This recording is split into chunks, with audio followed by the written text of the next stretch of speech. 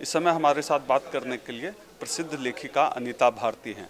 अनीता भारती की पहचान इस तौर पे भी आजकल जाना जाने लगा है कि इन्होंने सावित्रीबाई फुले की कविताओं का हिंदी में अनुवाद किया है।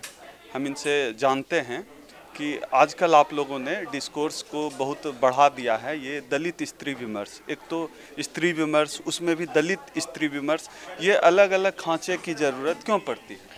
देखिए, ये अलग अलग खांचे नहीं हैं। दलित स्त्री हमेशा से रही है और वो अपनी अस्मिता के लिए लड़ती रही है, लेकिन उसकी लड़ाई को कभी भी जो तथाकथित मुख्य धारा है उसने अपने बीच में नहीं गिना और बहुत समय तक वो तमाम तरह के धाराओं के साथ जुड़ के काम करती रही, लेकिन उसकी पहचान नहीं बनी।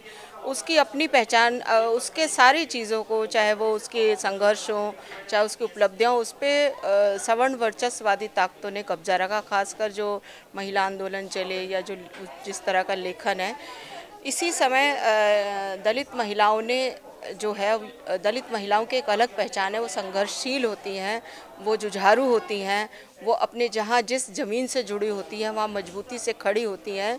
आप देखेंगे हमारे सामने फूलन देवी का उदाहरण है, हमारे सामने जो है हमारी यूपी की जो मुख्यमंत्री हैं मायावती हैं, और भी अन्य सारे, सावित्रीबाई फूले है जो मात्र 17 साल की उम्र में गली गली जा कर के पढ़ाने चल पड़ी बच्चों को। उन्होंने 18 स्कूल खोले ज्योतिबा फूले के साथ मिलके, और भी हैं। तो इसलिए जो है वो ताराबाई, अगर तो इस तरीके से हम देखते हैं कि दलित महिलाएं, दलित स्त्री अपनी अस्मिता के साथ हमेशा बड़े मजबूत रूप में खड़ी रही हैं।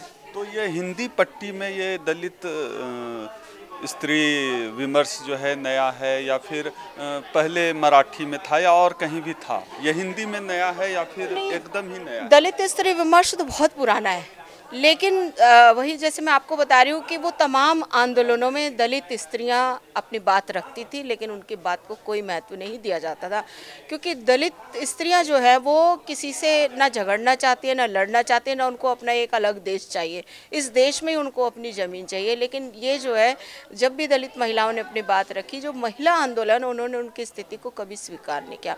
और इसलिए जब अब दलित महिलाएँ पढ़ लिख करके आ रही, पढ़ी लिखी हैं, जिनमें प्रिंसिपल हैं, डॉक्टर हैं, इंजीनियर हैं, टीचर्स हैं, साइंटिस्ट हैं, वकील हैं, और तरह तरह के कॉन्वेंट में पढ़ने वाली बच्चियां हैं, वो जब समझ रही हैं इस बात को, वो निकल के आ रही है। और तभी लोगों को लग रहा है कि ये क्यों बोल रही हैं, कैसे बोल रही हैं, एकदम इतनी अचानक औरतें कहाँ से आ गई। भाई, बाबा साहब ने कहा था शिक्षित बनो, संगठित रहो, संघर्ष करो।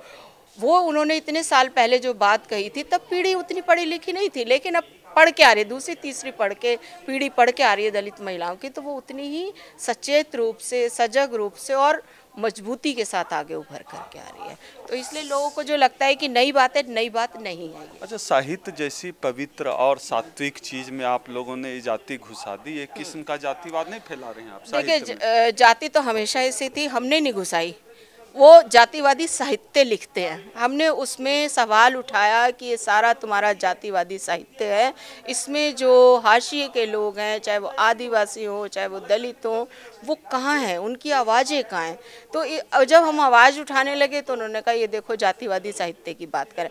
दरअसल जातिवादी तो वो हैं, हम तो अपने राइट की बात कर रहे हैं, हम अपने होने की बात करें कि हम भी इस दुनिया में, हम भी, हमारी भी उपस्थिति है। और जब हम ऐसी आवाज़ उठाते हैं तो वो कहते हैं कि भाई तुम जातिवादी हो। असल जातिवादी तो वही लोग हैं जो सिर्फ अपने और अपने बारे में सोचते और लिखते हैं।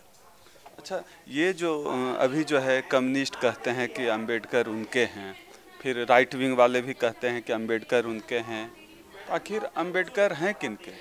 देखिए, भाजपा सब कह रहे हैं। अंबेडकर को तो किसी दायरे में बांध के रखा नहीं जाता। वो हर उस व्यक्ति के हैं जो शोषित है, दमित है, पीड़ित है, क्योंकि उनकी पूरी लड़ाई शोषण, दमन और अत्याचार के खिलाफ है, जातिवाद के खिलाफ।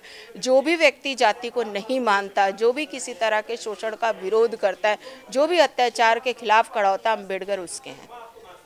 अंबेडकर सबके हैं। और अंबेडकर एक इतनी बड़ी शख्सियत है कि उनको एक खांचे में बांधना मुश्किल ही नहीं, वह हो ही नहीं सकता कि उनको आप एक खांचे में बांध लो।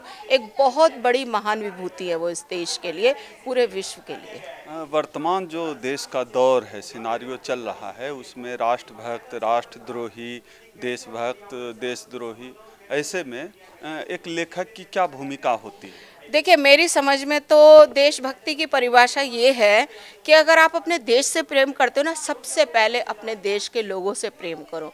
और देश के लोग कौन है? तमाम तरह के लोग हैं, महिलाएं हैं, दलित हैं, आदिवासी हैं, अल्पसंख्यक हैं। और अगर और प्यार करना है तो हमारे नदी है, जंगल है, पहाड़ है, पशु पक्षी, ये सब से अगर हम प्रेम करते हैं हमें, तो हम अपने आप को देश प्रेमी कह सकते हैं। ये नहीं हो सकता एक तरफ हम अपने आप को देश प्रेमी कहें, दूसरी तरफ हमारे जंगल को काट के ले जाए। ये नहीं हो सकता हम अपने आप को देश प्रेमी कहें और हमारे लोग जो है वो मारे जाए, चाहे वो भूख से मारे जाए, चाहे वो किसी के शिकार बन के मारे जाए। तो देशभक्ति की परिभाषा, अगर आप अपने देश को पूरी तरह से प्यार करते हो तो देशभक्त हो। सिर्फ देशभक्ति कोई खांचों में बटी हुई चीज़ नहीं है। ये थी हमारे साथ अनीता भारती, जो अभी दलित स्त्री विमर्श आंदोलन चलाए हुए। इनका मानना है कि दलित स्त्री विमर्श पहले से था, लेकिन उसको सुना नहीं जा रहा था, अब उसको सुना जा रहा है। कैमरामैन रैन के साथ ओम सुधा, नेशनल दस्तक, नई दिल्ली।